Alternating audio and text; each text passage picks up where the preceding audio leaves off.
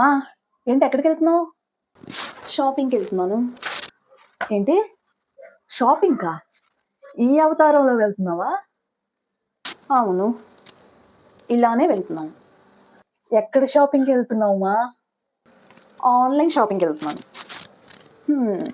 పక్కింటోళ్ళకి ఎవరికి చెప్పమాకే. ఆన్లైన్లో విచిత్ర వాళ్ళు. విచిత్రనా?